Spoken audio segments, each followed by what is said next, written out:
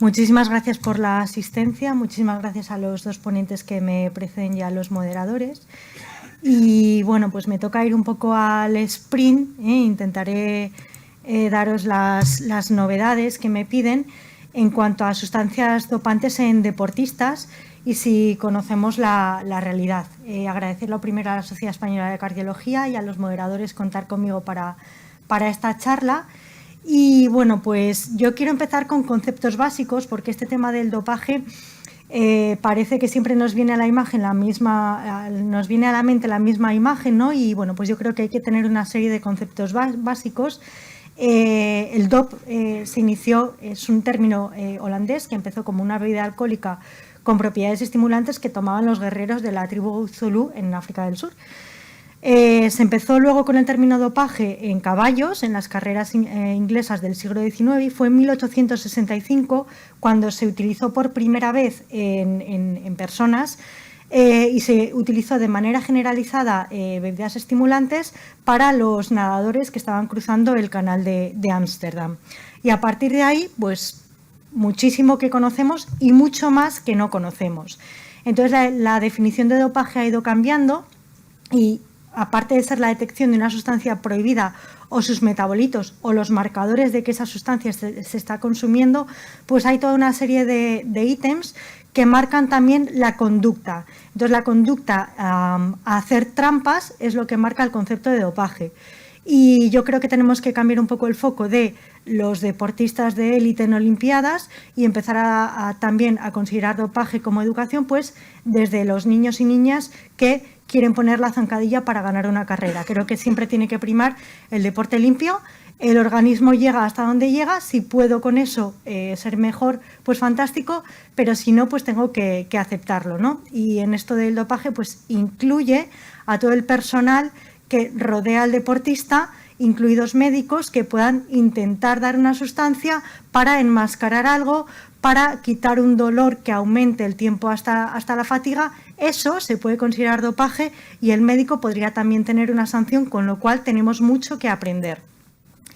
Otro concepto básico, bueno, pues ¿qué es eso del paradero, ¿no? Los del paradero, la mayoría de deportistas de élite están incluidos dentro de un grupo registrado de control y tienen que reportar con antelación de 3 meses dónde van a estar en cada momento por si hay que hacerles un control de dopaje. Y esto es lo que todos tenemos en mente, ¿no? De esos deportistas que les van a decir que tienes que estar aquí para hacer un control. Pero todos los atletas pueden ser sometidos a un control. Es decir, yo tengo un deportista federado en triatlón y en cualquier momento le pueden someter a un control antidopaje, ¿vale? Esto no es solo para deportistas de élite. Lo que pasa es que ese triatleta posiblemente no esté en el grupo paradero. Y luego esto del pasaporte biológico, que sería una especie de pasaporte de todos los controles que le van haciendo a un deportista, y estos son diferentes hojas que están pues registradas en el BOE, en qué momento se entregan, ¿no? Pues informando que se te va a hacer un control, qué control se te va a hacer, porque no es lo mismo sangre u orina, no es lo mismo un control básico que con pues detección de EPO, otras cosas. Entonces todo tiene una legislación que por supuesto no voy a entrar. Cuando me propusieron esta charla dije, bueno, pues si conocemos la realidad tengo que ir a por datos y os voy a pasar una serie de diapositivas viendo la absoluta indigestión de datos que puede haber comparando los de la WADA con los del CELAT, que es el Centro Español de Control, ¿no? Y los europeos ha sido algo, bueno, pues tremendo, ¿no? Afortunadamente sí que te quedas con un dato y es que el porcentaje de muestras con resultado adverso positivo va disminuyendo, pero luego, pues bueno, pues fijaros, sustancias prohibidas en competición, fuera de competición, en un deporte, en otro deporte. Al final lo que nos interesa desde el punto de vista de la salud no es si la tomo en competición o en no competición, es que si es perjudicial para la salud siempre. Entonces he intentado digerir todos estos datos, fijaros aquí pues diferentes tipos de deporte, a cada deporte le hacen un diferente tipo de control y hay un diferente tipo de resultado. Aquí lo veis, ¿no? Pues no es lo mismo la hormona de crecimiento que la eritropoyesis. Y luego pues lo que he intentado ha sido casar los laboratorios, ¿no? Ver que coincidan los datos de la WADA, que sería el organismo más internacional, con los de España. Y en concreto, pues aquí veis, estos son los de la WADA, pues hay que sumarlos los laboratorios de Barcelona y de Madrid, a ver si eso casa. Bueno, más o menos con eso, esto sería el listado de sustancias prohibidas que voy a comentar porque son las más importantes en la lista de prohibiciones de la WADA, y con estos datos, todas estas estadísticas que os di, y un reciente documento de la Asociación Europea, pues he construido esta tabla. Entonces veis los agentes principales en cuanto a sustancias prohibidas o que se consideran dopaje, el porcentaje actual de la WADA 2021 y los resultados del CELAD, que hace una comparación entre 2019 y 2021. Entonces vemos que parece que disminuye el consumo de anabolizantes, que siguen siendo el primero en positivos, es decir, en la WADA un 43%, parece que los controles en España bajan de un 20 a un 7,1, esto lo matizaremos, que suben los estimulantes y que suben también mucho los cannabinoides. ¿Qué conocemos en cuanto a efectos cardiovasculares? Pues conocemos lo que nos dice el documento de la Europea, pero cuando te paras a ver el documento y ves las referencias, pues te quedas con bastante indecisión, porque ves el tipo de estudios que se incluyen, series de pocos deportistas, con unas condiciones que no representan el deportista que tú ves en la consulta y muchas veces datos desconocidos. Es decir, te pones a ver y sí que todos sabemos pues los riesgos de los anabolizantes que producen todo tipo de alteraciones, trombosis, QT largo, miocardiopatía, arritmias, aterosclerosis, pero ves que no menciona los cannabinoides, por ejemplo, ¿no? Este documento. Y sin embargo nos acaban de decir que pues sí que hay un consumo de sustancias sí que hay muchas muertes súbitas en deportistas, y vemos este estudio que es muy reciente, que se publica en Revista Española de Cardiología. 7% de muertes súbitas en deporte tienen un análisis toxicológico positivo, y de estos el cannabis es el que más causas da de muerte súbita en deportistas. O sea que, pues eso, sea dopaje dentro o fuera de la competición o no sea dopaje, mata. Y no mata el cannabis, mata la combinación posiblemente de el consumo de sustancia y una etiología de base, que la mayoría tienen, como nos acaban de decir, enfermedad cardiovascular de base no conocida o factores de riesgo muchas veces no conocidos. Entonces, bueno, ¿conocemos la realidad? Pues yo me quedo perpleja porque veo lo poco que conocemos y tenemos que diferenciar mucho. Yo no veo deportistas de élite, y si veo alguno siempre lo veo coordinado con el médico de referencia del centro. Veo deportistas federados y veo mucha gente que quiere hacer deporte, que cambia completamente el deportista de élite olímpico, que es el que conocemos o el que tenemos en la cabeza, que son deportistas que desde niños se han preparado, que tienen una preparación física muy buena y que antes de empezar a doparse pues posiblemente hacían ya 4 loops, ¿no?, en un salto. Imaginaros, yo qué sé, alguien que no se haya dopado, Javier Fernández, patinador, el triple axel, pues ya lo hacía antes de pensar en tomar consumo, lo tomó después, es decir, estaba en una fase muy limpia. ¿Qué pasa con los que vemos en la consulta? Que muchos es gente que no ha hecho deporte en mucho tiempo o nunca, que tiene unos factores de riesgo desconocidos y que a los 40, 30, 35 años decide que voy a terminar un Ironman. No conocemos sus factores de riesgo, no conocemos su patrón de entrenamiento, la mayoría de veces disfuncional, no conocemos lo que se toma, y la mayoría de las veces empieza a tomar cosas que le recomiendan y pues que está en una fase de involución física. Es decir, a partir de los 40 lo normal es que mis marcas bajen, no que suban. Y eso tendríamos que asumirlo. Entonces todo esto influye en los riesgos del deportista. Empezando así por los grupos y yendo a las novedades, pues voy a comentaros alguna pincelada de los anabolizantes, que son el grupo de mayor utilización y tienen riesgo cardiovascular por múltiples mecanismos. De hecho, lo que se va replicando cuando coges un PDF de un estudio y te pone una frase, va siempre a la misma referencia de que el consumo de sustancias dopantes aumenta el riesgo de mortalidad 6-20 veces respecto a los que no se dopan. Pues es este estudio el que ponen de referencia, ¿no? Alteraciones todas, estructural, coronaria, funcional, eléctrica. Existe una fase de consumo en la que todas esas alteraciones estructurales son, digamos, reversibles, y la adquisición ilegal es muy sencilla, es decir, es muy fácil que un deportista que estamos viendo en la consulta esté tomando estas sustancias. El CELAT nos advierte de los efectos del entrenamiento y los anabolizantes sobre el corazón. Hay modelos, tanto en humanos como en animales, por qué se produce esto.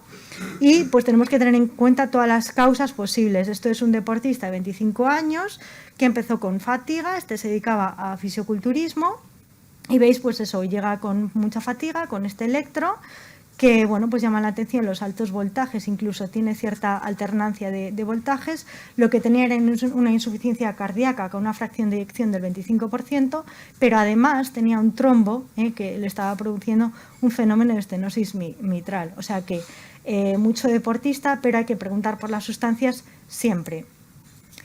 Y luego lo que os decía, que parece que los anabolizantes han disminuido, no han disminuido los anabolizantes, porque además de ahora en vez de anabolizantes los típicos que se utilizaban, pues están estos, los moduladores selectivos de receptores de andrógenos, que vienen a ser unos anabolizantes mucho más selectivos, y que esto pues hay redes, sobre todo en gimnasios, que cada poco van saliendo. Salió en marzo una, que hablaban de las gotas mágicas, y esto ha salido en mayo en la operación Capri-Sanson, y lo que se vio pues es eso, que había redes que pues metían estos moduladores selectivos de los receptores de andrógenos que los fisioculturistas utilizan, y además son unas utilizaciones pues muy agresivas porque se meten ciclos en las que hinchan, y luego eso no solo se queda ahí con todos los riesgos de los anabolizantes, sino que luego tienen que ponerse diuréticos para desinflar, y además, como les produce muchos efectos secundarios en cuanto a la libido y eso, llegan a tomar pues cosas como tamoxifeno, ¿vale?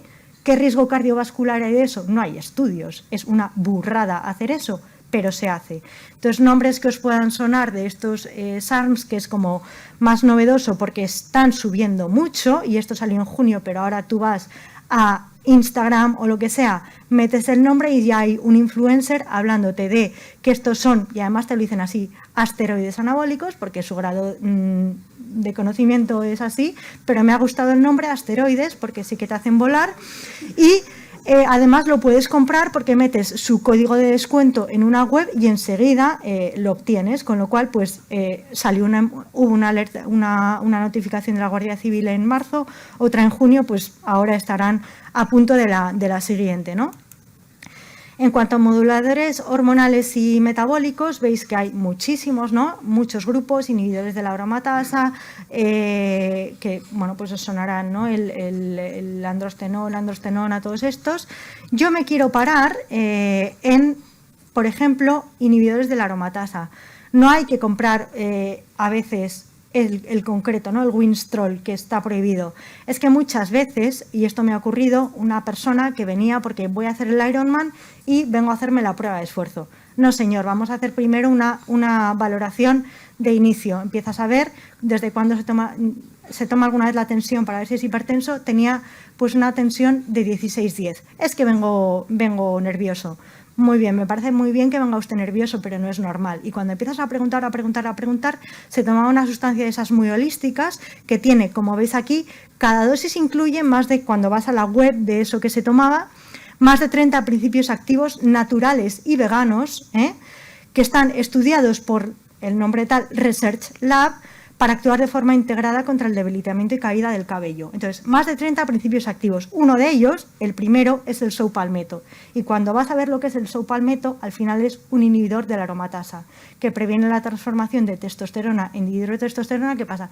Que sube la testosterona, sube la tensión y suben todos los efectos secundarios. Pero, claro, es el saupalmeto y es natural y vegano. Entonces, esto tenemos el deber, además, de reportarlo. Esto se reportó a la Agencia Española del Medicamento y ahora mismo está incluido en el registro FEDRA, que es, pues antes de pasar a las alertas sanitarias, se hace un seguimiento porque no tenía ningún seguimiento, pero evidentemente esto pues no está bien, ¿no? Y estos complementos alimenticios además tienen la cosa de que te dice estos 10, que son los principales, pero tiene más de 30. Entonces te lo está notificando, aunque no lo diga, complementos alimenticios.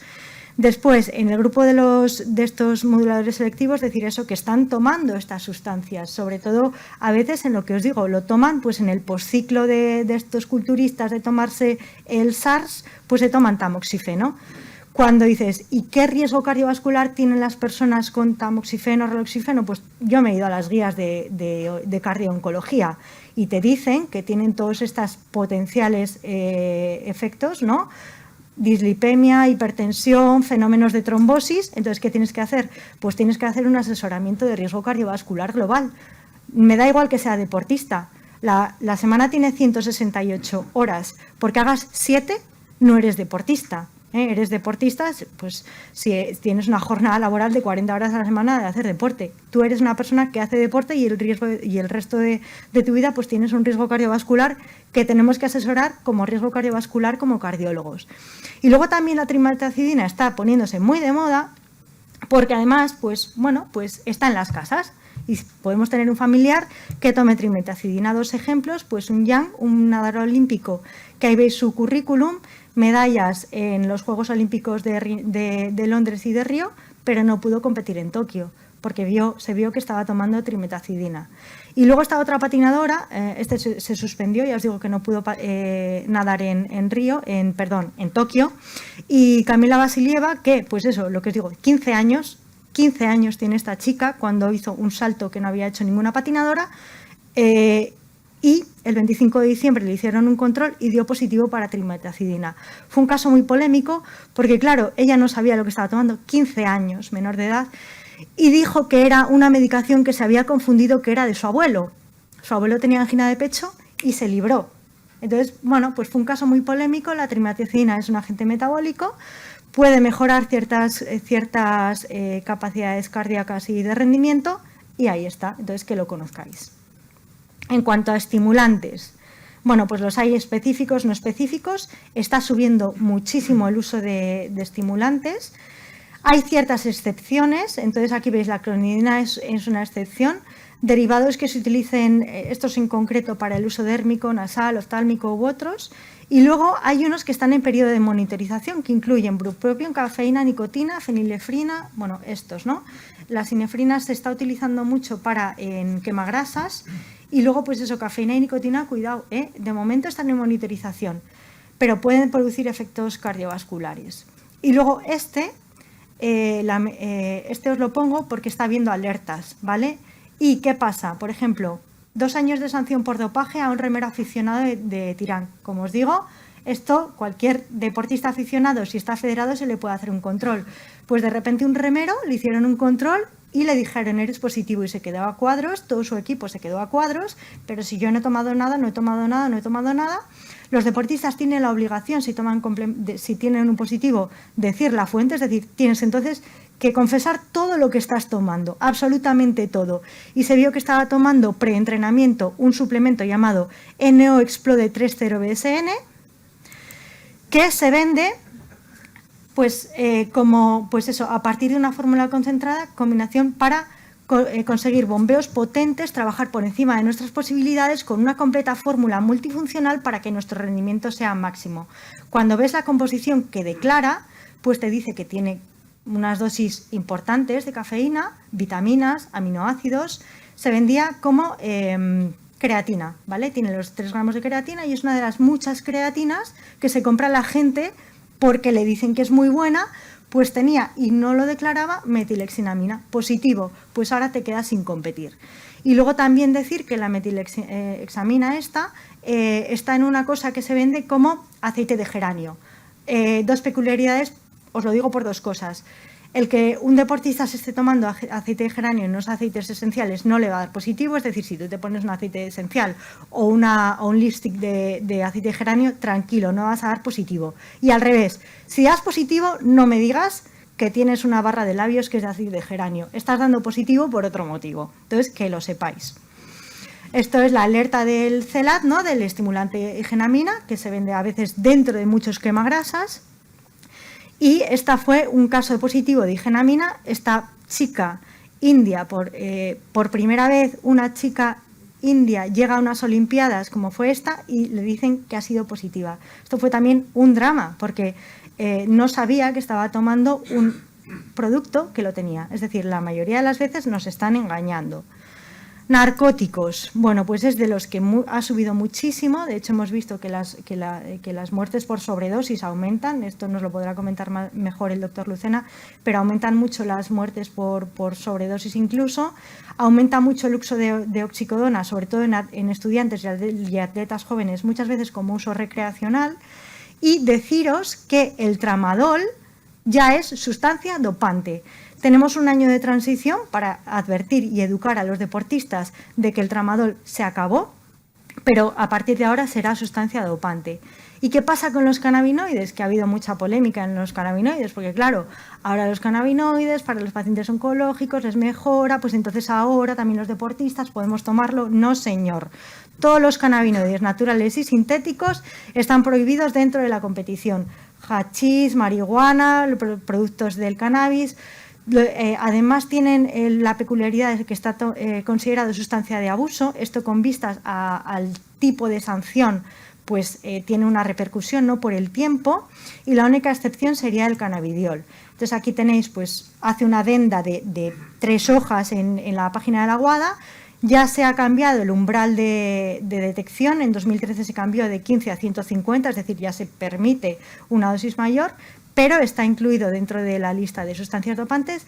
El cannabidiol sí que se permitiría porque por los efectos no psicoactivos del cannabis, pero de momento sigue estando prohibido tomarlo en deportistas. Y luego lo que os decía, aquí veis la nota del 2021, cuando ocurre fuera de competición, pues entonces la sanción será solo de 3 meses, pero te siguen quitando la medalla y el dinero, ¿no? Y a veces el deportista te dice que no, que yo lo voy a tomar, que me mejora el rendimiento, pero cuando le dices, ya, pero te van a quitar el dinero, uy, bueno, pues ahí quizá echan un poquito para atrás. En cuanto a los glucocorticoides, 2 palabras, porque a partir de ya, o sea, ya de 2021, los glucocorticoides tomados por vía inyectable también están prohibidos en competición. Entonces, esto de me voy a infiltrar y demás, mucho cuidado, porque ya no nos podemos infiltrar siempre, me duele el tobillo y ahora me infiltro. Hay unas repercusiones y bueno, pues aparte de los glucocorticoides, los deportistas que tenemos federados y demás pueden decir, pues ahora este fisio me mete, porque muchos fisios hacen inyecciones de corticoides, pues cuidado porque te pueden pillar en un positivo y bueno, pues aparte de todos los efectos secundarios de hipertensión y demás, y que te encuentres ese deportista que realmente trabaja en una oficina de lunes a viernes, te llega a la consulta con una hipertensión, un filtrado que ya le ha bajado a 50 y bueno, pues a veces con problemas. Entonces esta es la información que salió a partir del 1 de enero del 2022. Hay información para los médicos, también para deportistas, advirtiéndoles de esto. Y luego entre las principales modificaciones, bueno, pues cambia grupos de deportistas, ¿no? Habla de tipos de deportistas, habla del deporte adaptado, que por cierto es de los que más controles se somete. Y yo simplemente voy a hablar de complementos alimenticios, porque como veis aquí está metido todo. Es decir, muchos deportistas, sobre todo los de élite, intentan a ver si esto no me lo pillan de forma controlada, pero la mayoría de la gente que tiene sustancias alteradas en su cuerpo viene a través de esto.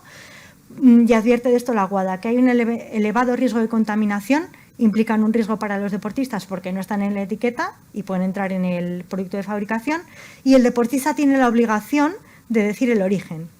Y luego cosas así peculiares. Prevalencia de uso de suplementos en deportistas de élite en España, pues bueno, pues no es muy alto el de los de élite, pero la mayoría de las veces es un personal relacionado, además profesional, quiero decir, o es el fisio o es el preparador o qué tal, el que les recomienda tomárselo. Si les recomiendas tomárselo, tienes que conocer las normas de etiquetado de los complementos alimenticios y, si es positivo, también te implica. Y luego, pues eso, deciros, hay muchísimos estudios, hay una tesis doctoral en España que me encanta y estudia pues esos complementos o suplementos cuando el etiquetado, la mayoría de las veces, no dice lo que tiene. Esto sería el documento consenso que os comenté de la europea, y como veis el efecto cardiovascular la mayoría de las veces desconocido. Entonces, mucho cuidado con darles cosas que no sabemos ni cómo funcionan, ni cuánto tiene, ni qué más tiene, ni qué se está tomando el deportista, ni cómo entrena, ni si fuma, si no fuma. Por ejemplo, L-carnitina provoca formación de placas arteriales. Entonces, yo me tomo L-carnitina, pero el que se toma L-carnitina se lo toma, como veis, en un complejo que tiene más de 30 compuestos naturales. Pues mucho cuidado. No obstante, yo estos estudios los cojo entre comillas, porque ya sabemos el tema de las placas arteriales en deportistas. Y luego esto pues es lo que hace este estudio es coger un montón de marcas, todas de creatina, estoy poniendo cosas muy del día a día, ¿no? La creatina, sobre el papel es buena para entrenar, pero hay que entrenar mucho, tomarte creatina y seguir entrenando mucho la fuerza para que cunda. Si no entrenas, no mejora. Y esto lo dicen los médicos, es decir, yo corro los 100 metros en X, me meto EPO, ¿cuánto mejoro? Si no entrenas, no mejoras nada. Y esta gente lo que quiere es tomarse algo de repente que empiezo para hacer el Ironman el año que viene. Bueno, pues se cogen todas estas marcas de creatina, se analiza lo que dice que tienen de creatina y lo que realmente se testa cuando los llevas a un laboratorio, porque son complementos alimenticios. No tienen una ficha técnica, si la tuvieran tendrían un código nacional de ventas y estarían como fármaco. ¿Qué es lo que hay que hacer? Si te tomas un suplemento, comprarlo en farmacia. Esto lo comento luego. Entonces, todas estas creatinas, ¿tienen de creatina lo que dicen? Pues el 100% no tiene lo que dice. Si dicen que tienen 3 gramos, o tienen 1 o tienen 4, pero no es lo que tienen. Y luego tienen muchas sustancias no declaradas. Y esto, si queréis, lo comentamos más adelante, pero pues eso, alertas. La EFSAT alerta de comercialización de un complemento alimenticio contaminado con sustancias dopantes, en concreto una creatina. ¿Y qué tenía esta creatina? Pues tenía SARMs, tenía los SARMs que os dije, la ostarina en concreto, uno de esos SARMs que, pues fatal. Y uno de los que más suplementos se tienen son los triatletas. Remitiros a la normativa de complementos alimenticios, de cómo tienen que tomarse las cosas. Y finalizo, ¿conocemos la realidad? No, absolutamente no conocemos la realidad. Y nuestra labor creo que es conocer al deportista y hacerle un asesoramiento global que empieza por el riesgo cardiovascular. Preguntar muchísimo por todas las sustancias, es decir, ¿toma fármacos? No. ¿Toma hierbas? ¿Toma algas? ¿Toma algo? O sea, toma todo, absolutamente todo. El riesgo es tanto intrínseco, es decir, tenemos que ver si tiene una cardiopatía, pero también ver qué deporte y en qué condiciones. No es lo mismo nadar en una piscina que hacerme un Ironman en verano. Y luego la administración de sustancias exógenas. Tenemos que asesorar, no los vamos a convencer nunca, tenemos que decirles lo que es sobre la mesa. La última decisión depende de él y es su responsabilidad.